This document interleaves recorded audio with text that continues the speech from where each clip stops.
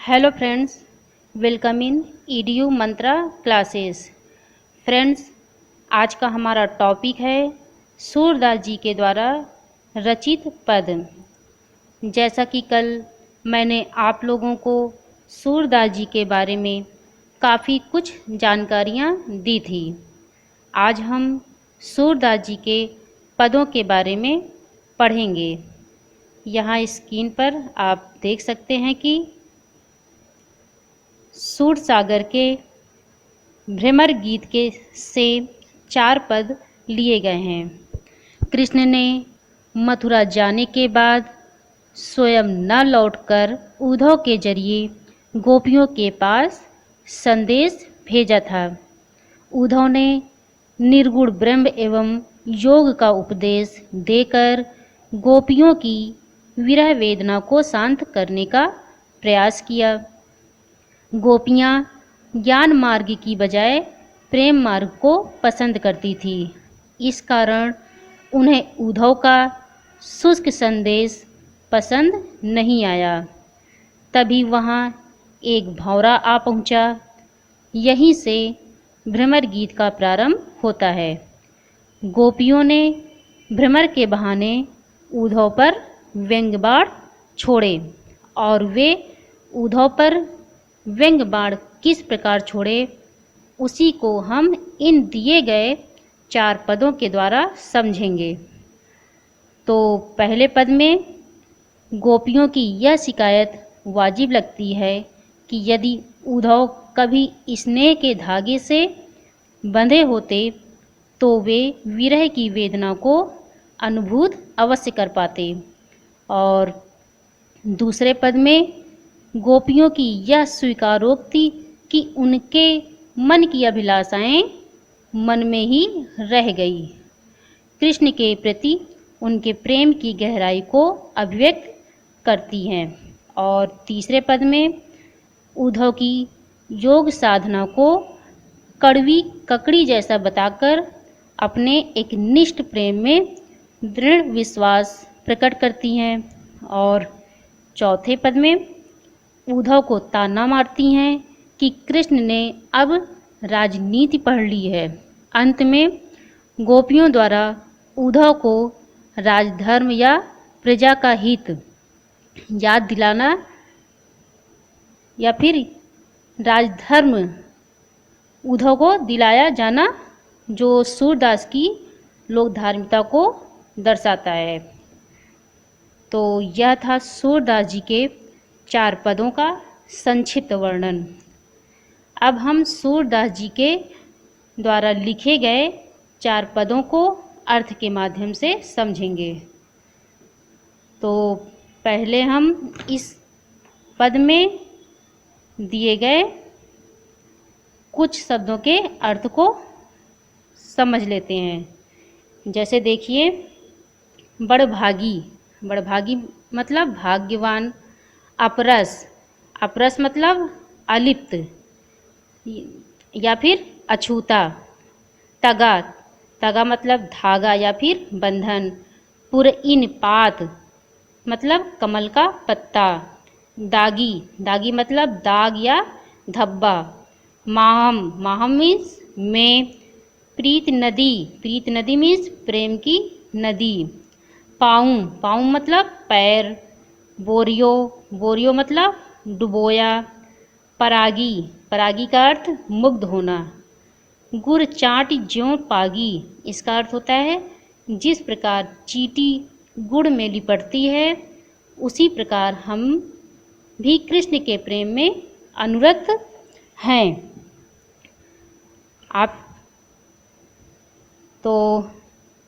आप यहाँ स्क्रीन पर भी पदों के अर्थ को देख सकते हैं। ये देखिए, कुछ शब्द के अर्थ यहाँ पर दिए भी गए हैं। तो सूरदास जी के पहले पद में हम चलते हैं। चलिए इसे अर्थ के माध्यम से समझते हैं। तो शुरू करते हैं।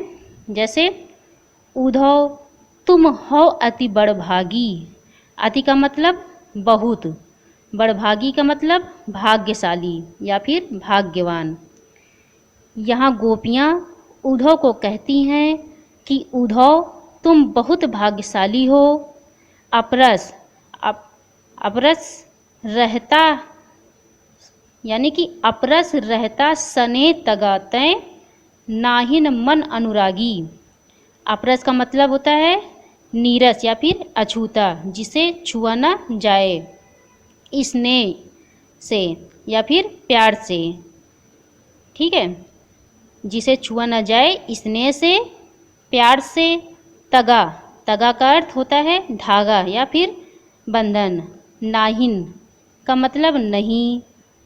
मन का मतलब मन। अनुरागी यानी उनके प्रेम में विरक्त नहीं हुए, उनके प्रेम का छाप तुम्हारे प्रेम में नहीं पड़ा।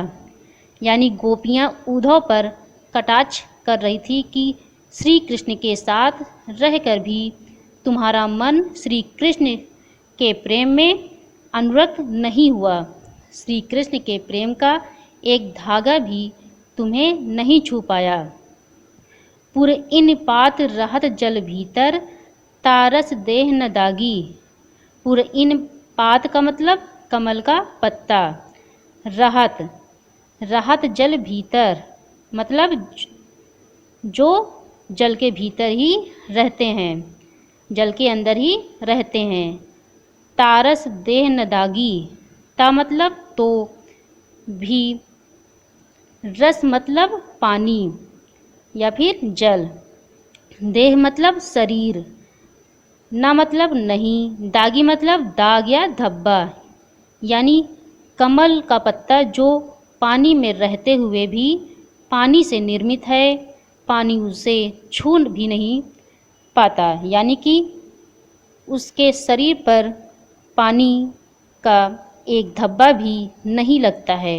उसी प्रकार तुम श्री कृष्ण के साथ रहते हो, फिर भी तुम श्री कृष्ण का प्रेम छू भी नहीं पाए हो। इस तरह गोपियाँ कटाक्ष कर रही हैं किस पे? उद्धव पर। ज्यों जल मांग तेल की गागरी बूंद न ताको लागी। और इसी प्रकार एक और उदाहरण दे रही हैं कि ज्यों का मतलब जैसे, जल माम का मतलब जल के अंदर, तेल की गागरी, गागरी मतलब घड़ा, जिस घड़े पर तिल लगा हो उस घड़े को हम अगर जल के अंदर डाल दें, बूंद न ताको लागी, तो उसको एक बूंद पानी की भी नहीं लगती। ताको मतलब उसके, लागी मतलब लगी, बूंद भी उसको छू नहीं पाती। जिस प्रकार तेल से लिप्त घड़े के अंदर डुबाने पर भी उसको जल की एक बूंद भी नहीं छू पाती, उसी प्रकार तुम भी हो, क्योंकि तुम भी श्री कृष्ण के साथ रहते हो, फिर भी अभी तक तुम्हें श्री कृष्ण के प्रेम का अनुभव नहीं हुआ है। प्रीत नदी मैं पाऊँ न बोरियो दृष्ट न रूप परागी। प्रीत नदी मतलब प्रेम की नदी, पाऊँ यानी पैर, बोरियो मतलब डुबोना, परागी मतलब मुग्ध होना। फिर सूरदास कह रहे हैं कि अभी तक लगता है कि प्रेम की नदी में, श्री कृष्ण जी के प्रेम की नदी में अपने पाँव नहीं डुबोए हैं, इसलिए तुम्हारी दृष्टि उनके रूप में अभी तक मुग्ध नहीं हो पाई है। यानी कि तुम अभी तक उनके रूप में मुग्ध नहीं हो पाए हो। हर वक्त श्री कृष्ण के साथ रहते हो, फिर भी तुम उनके सौंदर्य रूप पर मुग्ध नहीं हो पाए। सूरदास अबला हम भोगी गुर चाट ज्यों पागी।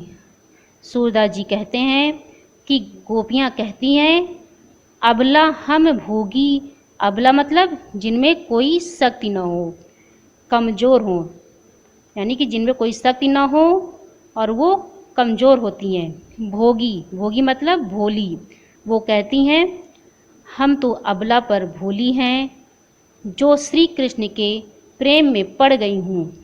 गुर चाटी ज्यों पागी, गुर मतलब गुड़, चाटी यानी चीटी, पागी मतलब चिपकना या फिर लिपटना।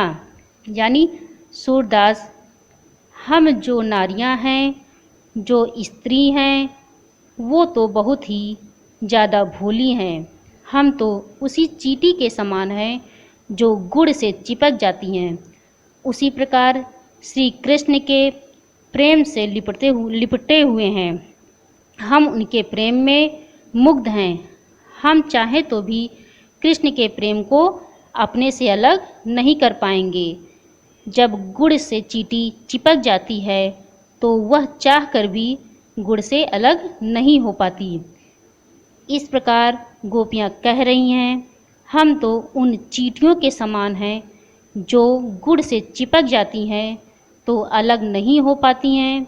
उसी प्रकार हम श्री कृष्ण के प्रेम में लिपटी हुई हूँ और चाहे तो भी हम उनके प्रेम में, यानी कि उनके, हम अपने हृदय से नहीं निकल सकते। वास्तव में गोपियाँ यह कहना चाहती हैं कि उद्धव जो है वो बड़ा ही दुर्भाग्यशाली है, क्योंकि उसे बड़ा दुर्भाग्य, यानी कि उद्धव को इससे बड़ा दुर्भाग्य क्या होगा कि श्री कृष्ण के साथ रहते हुए भी श्री कृष्ण के प्रेम में नहीं पड़े।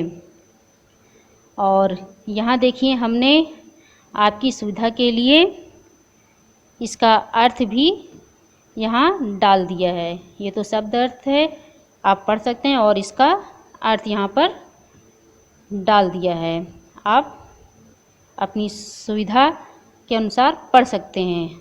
आप यहाँ देखकर पढ़ सकते हैं। इसी तरह सूरदास के अन्य पदों का अर्थ भी आपको इसी वीडियो में मिल जाएगा। तो चलिए अब हम सूरदास जी के दूसरे पद में आते हैं। ये सूरदास जी का दूसरा पद। सबसे पहले हम इसमें का अर्थ जान लेते हैं। जैसे आधार, आधार मतलब आधार। आवन, आवन मतलब आगमन। बिथा, बिथा मतलब व्यथा। बिरहिनी, बिरहिनी मीन्स वियोग में जीने वाली। बिरह दही मतलब बिरह की आग में जल रही है। हुतीन, हुतीन मतलब थी। गुहारी, गुहारी मतलब रक्षा के लिए पुकारना। जितहिन तय, जितहिन तय मीन्स जहाँ से। उत, उत मतलब उधर या फिर वहाँ। धार, धार मतलब योग की प्रबल धारा। धीर, धीर मतलब धैर्य। मर्यादा, मर्यादा मतलब मर्यादा या फिर प्रतिष्ठा। न लही, न लही मतलब नहीं रही या नहीं रखी। तो अब हम सूरदास के दूसरे पद का भी अर्थ जान लेते हैं। चलिए अर्थ के माध्यम से पढ़ते हैं, ध्यान से पढ़िएगा। मन की मन ही मांझ रही, मांझ का अर्थ होता है अंदर। गोपियाँ यहाँ कह रही हैं कि हमारे प्रेम की भावना तो हमारे मन के अंदर ही रह गई है। कहिए जाई कौन पै उद्धव, नाहिन परत गही। अब उद्धव तुम ही बताओ कि अब हम अपने मन की बात किससे कहें। अवधि आधार आस आवन की, तन मन बिथा सही। अवधि का अर्थ होता है समय, आवन मतलब आगमन, किसी का आना, बिथा का मतलब होता है दुख या फिर दर्द।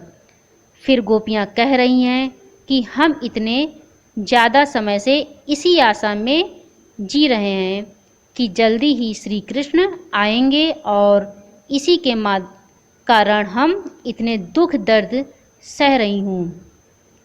अब इन जोंग संदेशनी सुनी सुनी, बिरहिनी बिरह दही। संदेशनी का अर्थ होता है संदेश, बिरहिनी बिरह, दही का अर्थ होता है इंतजार। तुम्हारा संदेश सुनकर तो हम और भी इंतजार की आग में जल रहे हैं। जातई हुतीन गुहार जितहि तय, उत तय धार बही। यहाँ गोपियाँ कह रही हैं कि वो चाहती मतलब चाहना, हुतीन मतलब थी, वो चाहती थी या गुहार लगाती थी, गुहार मतलब पुकारना, पुकारना चाहती थी, जितहीं तय मतलब जहाँ से वो चाहती थी कि रक्षा करने के लिए पुकारें, यानी श्री कृष्ण से उन्हें उम्मीद थी कि वे आ जाएंगे। उततय धार बही, वहीं से, उततय मतलब वहीं से, धार बही योग संदेश की धारा बह निकली, यानी श्री कृष्ण से उन्हें उम्मीद थी कि वे आकर उनकी विरह वेदना को, दुख दर्द को शांत करें। लेकिन वहाँ से उन्होंने योग संदेश से जो धारा बहा दी है वो उसमें बह गई है, यानी उनके दुख को श्री कृष्ण न आकर और भी योग संदेश को भेजकर, यानी कि उनके दुख श्री कृष्ण खुद न आकर और उद्धव के माध्यम से योग संदेश को भेजकर उनके दुख को और भी ज़्यादा बढ़ा दिया है। सूरदास अब धीर धरहि क्यों, मर्यादा न लही। धीर मतलब ध्यान, मर्यादा मतलब यानी मर्यादा। सूरदास जी अब कहते हैं कि अब गोपियाँ कह रही हैं कि अब धीर धरहि क्यों, यानी अब धैर्य को क्यों धारण करें। मर्यादा न लही, जब श्री कृष्ण ने ही मर्यादा का पालन नहीं किया है, श्री कृष्ण को प्रेम की मर्यादा के अनुसार आ जाना चाहिए था, क्योंकि प्रेम के बदले में तो प्रेम दिया जाता है। जबकि श्री कृष्ण ये योग संदेश भेजकर जो प्रेम की मर्यादा का पालन नहीं किया है, तो अब हम धैर्य को कैसे धारण करें, यानी कि अब हमारा धैर्य छूटता जा रहा है, क्योंकि श्री कृष्ण ने प्रेम की मर्यादा ही नहीं रखी है, प्रेम की मर्यादा का पालन ही नहीं किया है। इस प्रकार से गोपियाँ अपनी विरह वेदना को उद्धव से बता रही थी। ठीक है, तो ये था सूरदास जी के दूसरे पद का अर्थ। और ये देखिए यहाँ दूसरे पद के भी कुछ शब्द के अर्थ दिए गए हैं, और आप दूसरे पद का अर्थ भी यहाँ पढ़ सकते हैं। ये देखिए, इसको थोड़ा छोटा कर दें ताकि आपको पूरा दिख जाए। ये इसको भी आप पढ़ सकते हैं। तो ये था सूरदास जी का दूसरा पद, और अब हम तीसरे पद के अर्थ को जान लेते हैं। सूरदास का यह तीसरा पद। तो सबसे पहले हम तीसरे पद के कुछ शब्दों के अर्थ को भी जान लेते हैं, जैसे कि हारिल। हारिल मतलब, हारिल एक पक्षी है जो अपने पैरों में सदैव एक लकड़ी लिए रहता है, उसे छोड़ता नहीं है। नंद नंदन उर पकड़ी, यानी कि नंद के नंदन कृष्ण को हमने भी हृदय में बसाकर कसकर पकड़ा हुआ है। जकरी, जकरी मतलब रटती रहती है। सु मतलब वह। व्याधि, व्याधि मतलब रोग या फिर पीड़ा पहुंचाने वाली वस्तु। करी, करी मतलब भोगा। तिनहिन मतलब उनको। मन चकरी, मन चकरी मतलब जिनका मन स्थिर नहीं रहता है। ठीक है, अब हम तीसरे पद के अर्थ को समझ लेते हैं। जैसे देखिए, जैसे हमारे हरिहारिल की लकड़ी। जब उद्धव ने गोपियों को योग संदेश दिया तो गोपियाँ उद्धव से कहती हैं, हमारे लिए तो हर यानी श्री कृष्ण हारिल की लकड़ी के समान है। हारिल की लकड़ी क्या होती है, तो बता दें कि हारिल एक पक्षी होती है जो अपने पंजों में लकड़ी को पकड़कर रखता है। वो किसी भी स्थिति में उस लकड़ी को छोड़ता नहीं है, उसे कस कर पकड़कर रखता है। तो इसी प्रकार गोपियाँ कहती हैं कि हम भी श्री कृष्ण को कभी भी नहीं छोड़ सकते हैं। हमारे लिए तो श्री कृष्ण हारिल की लकड़ी के जैसे हैं, जिसे हमने कसकर पकड़ा हुआ है, उसे हम छोड़ नहीं सकते। मन क्रम वचन नंद नंदन उर यह दृढ़ करी पकड़ी। गोपियाँ कहती हैं कि मन से, वचन से और कर्म से नंद नंदन यानी श्री कृष्ण, उर मतलब हृदय, हमारे हृदय में नंद नंदन मन कर्म और वचन से, यानी कि हमारे हृदय में मन कर्म और वचन से आ चुके हैं, यानी बस चुके हैं। वह दृढ़ करी पकड़ी। गोपियाँ कह रही हैं कि उनका हृदय जो है वो यह मतलब हृदय के द्वारा वह दृढ़ करी पकड़ी। दृढ़ यानी मजबूती से पकड़कर नन नंदन को रखे हुए हैं, यानी हमारा हृदय मजबूती से नन नंदन बस गए हैं। हम चाहे तो भी उनको छोड़कर जी नहीं सकती।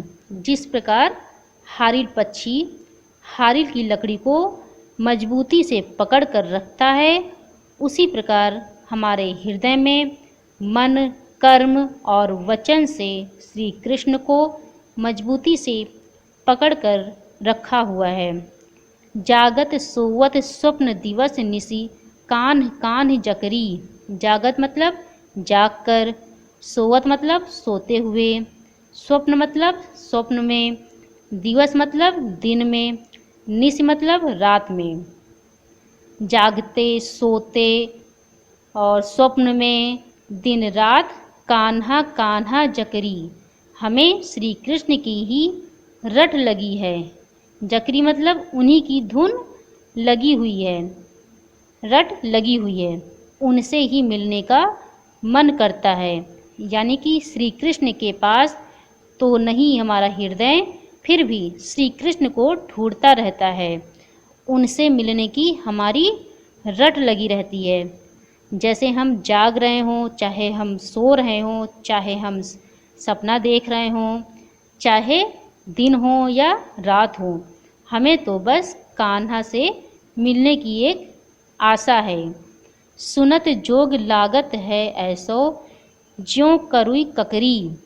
अभी जो तुमने हमें यह योग दिया है, इस विषय को सुनकर लागत है, लागत मतलब लग रहा है, ऐसो मतलब आशा। इस योग संदेश को सुनकर हमें आशा लग रहा है। ज्यों मतलब जैसे, ज्यों ककरी, ज्यों करवी ककरी। करुवी ककरी मतलब कड़वा, जैसे कड़वी ककड़ी होती है, उसके समान ये योग संदेश लग रहा है। जिस प्रकार कड़वी ककड़ी हमें कड़वी लगती है, उसी प्रकार तुम्हारा योग संदेश सुनकर हमें ऐसा लग रहा है जिस प्रकार कड़वी ककड़ी में कोई रस नहीं होता है, उसी प्रकार हमें यह योग संदेश ज्ञान मार्ग में कोई भी रस नहीं नजर आ रहा है। सुतो व्याधि हमको ले आए देखी सुन न करी। सुतो मतलब ये, व्याधि मतलब बीमारी से। तो सुतो मतलब ये, व्याधि मतलब बीमारी, ये तो रोग है, ये तो ऐसा रोग है हमको ले आए, जिसको तुम हमारे पास ले आए।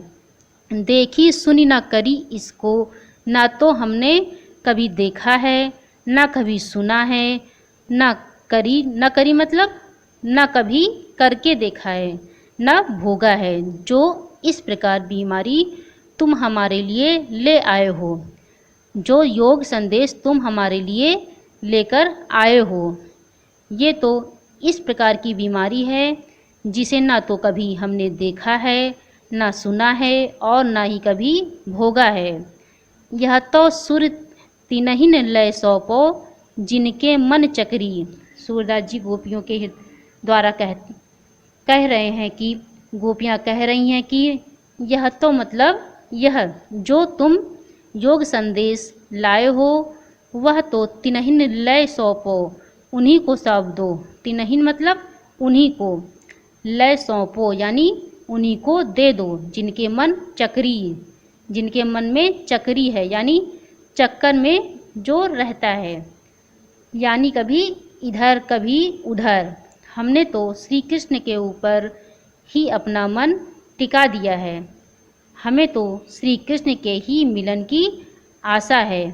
जिनके मन में चक्कर रहता है, उनका मन डोलता रहता है, उन्हीं को तुम योग साधना बता दो। और ये देखिए यहाँ कुछ शब्दों के अर्थ स्क्रीन पर दिए गए हैं, आप देख सकते हैं।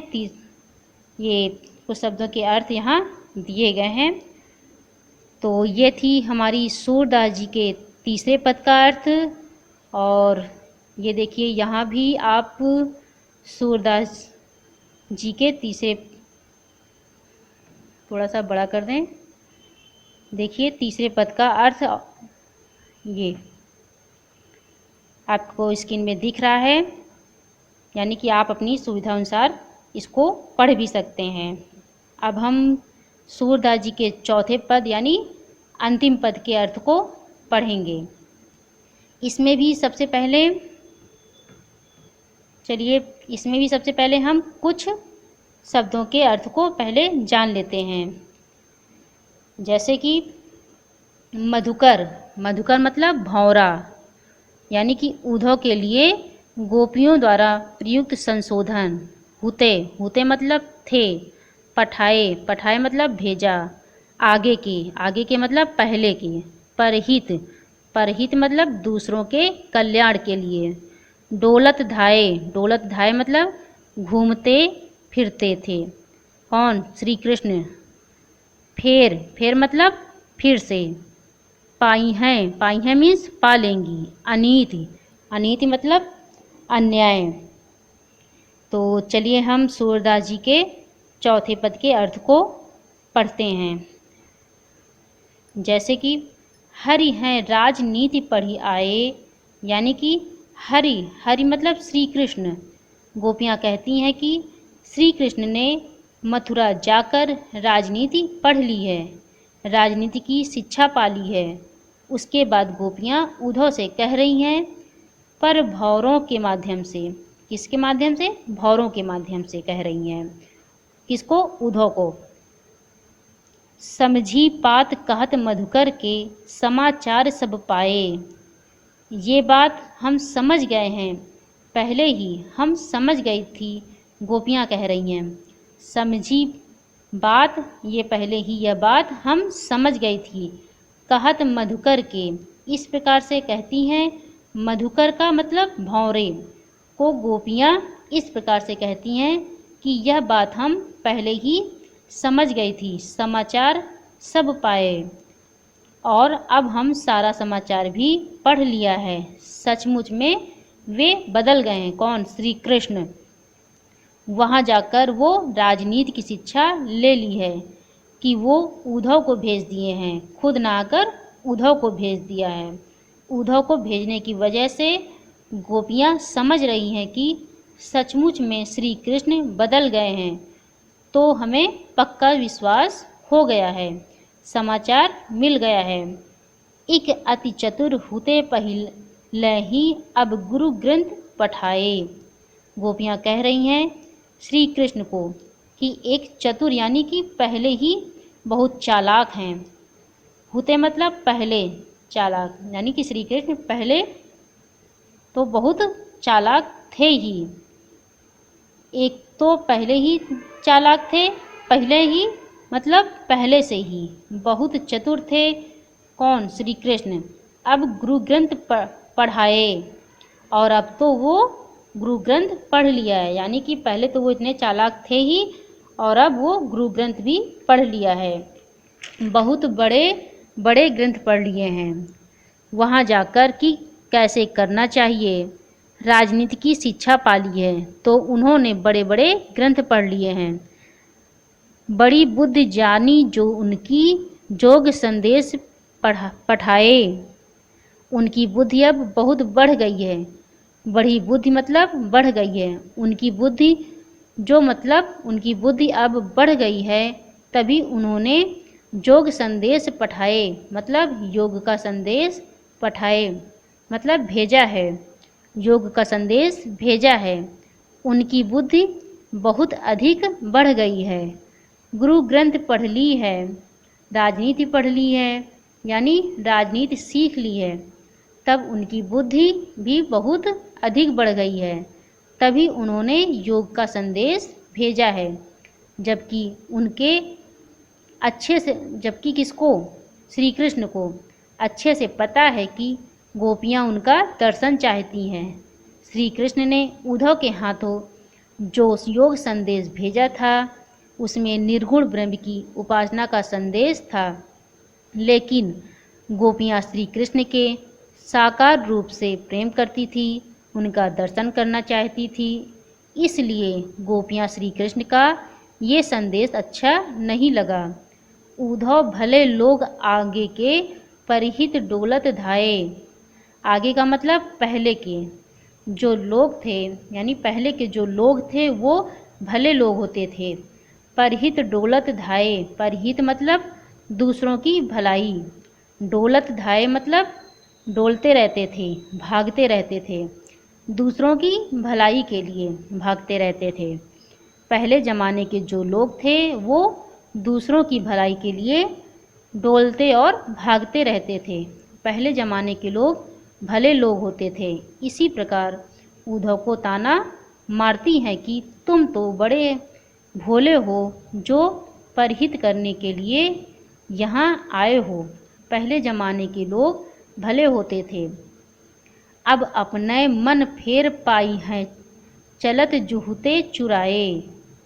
अब हमको विश्वास हो गया है कि हम अपने मन वापिस पा लेंगे, चलत जुहते चुराए, जो चलते वक्त श्री कृष्ण हमारे चुरा कर ले गए हैं। हम यानी कि हमें पूरा विश्वास हो गया है कि अब हम अपने मन को फिर से वापस पा लेंगे, जिस मन को श्री कृष्ण जाते वक्त चुरा कर ले गए थे।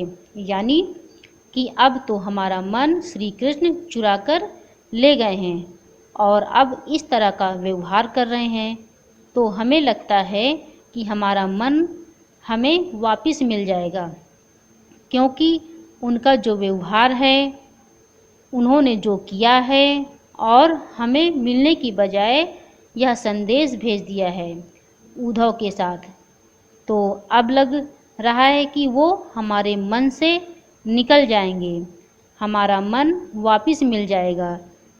जो हमारा मन श्री कृष्ण के साथ चला गया था वो हमें अब वापस मिल जाएगा। ते क्यों अनीति करें आपुन, जे और अनीति छुड़ाए। ते क्यों मतलब वे, क्यों, अनीत मतलब बुरा काम, यानी कि जो बुरा काम कर रहे हैं। आपुन मतलब खुद या स्वयं से, वे खुद ही अनीति कर रहे हैं, गलत काम कर रहे हैं। जे और अनीति छुड़ाए, जो पहले दूसरों को अनीति छुड़ाए थे, यानी जो पहले दूसरों को अनीति करने से रोकते थे, अब खुद ही अनीति कर रहे हैं, यानी उनको खुद ही यहाँ आना था और उन्होंने ना आकर योग संदेश भेज दिया है। यानी कि गलत काम जो उन्होंने करना शुरू कर दिया है, इस प्रकार गलत काम वो पहले दूसरों को करने से मना करते थे, रोकते थे, अब खुद ही कर रहे हैं। राज धर्म तो यही सूर जो प्रजा न जाही सताए। सताए यानी सताना। उसके बाद सूरदास कहते हैं कि गोपियाँ कहती हैं कि राजधर्म तो यही होता है, यानी राजधर्म, एक राजा का धर्म तो यही होता है कि प्रजा को न सताए। अगर वो राजा बन गए हैं तो वे राजा बन गए हैं, तो उनका फर्ज होता है कि वो प्रजा को न सताए।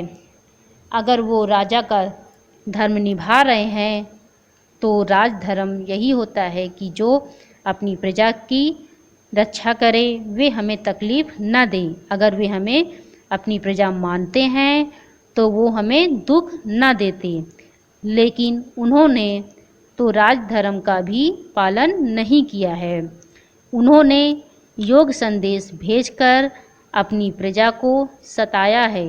अगर वो हमें अपनी सखी नहीं मानते, प्रजा मानते हैं, यानी कि सखी न मानते हुए अगर हमें वो अपनी प्रजा मानते हैं, तो भी प्रजा के लिए भी उनको यह फ़र्ज बनता है कि वो उन्हें न सताए। वो अब एक राजा हैं, प्रजा का सताना राजधर्म नहीं है। इस प्रकार से गोपियाँ उद्धव को खरी खोटी सुनाती हैं कि श्री कृष्ण योग का संदेश भेजकर अच्छा नहीं किया है। अगर वो राजा का धर्म निभा रहे हैं तो राजा का यही फ़र्ज होता है कि वो अपनी प्रजा को न सताए। तो ये था सूरदास जी द्वारा रचित 4 पदों का वर्णन। हमें उम्मीद है कि आपको सूरदास जी के इन 4 पदों का अर्थ अच्छी तरह से समझ में आ गया होगा। तो फ्रेंड्स, आपको हमारी यह वीडियो कैसी लगी है हमें कमेंट करके बताइएगा। और अब हम नेक्स्ट वीडियो में सूरदास जी के निम्न प्रश्नों का अभ्यास करेंगे। तो फ्रेंड्स, मेरी यह पूरी वीडियो देखने के लिए थैंक यू।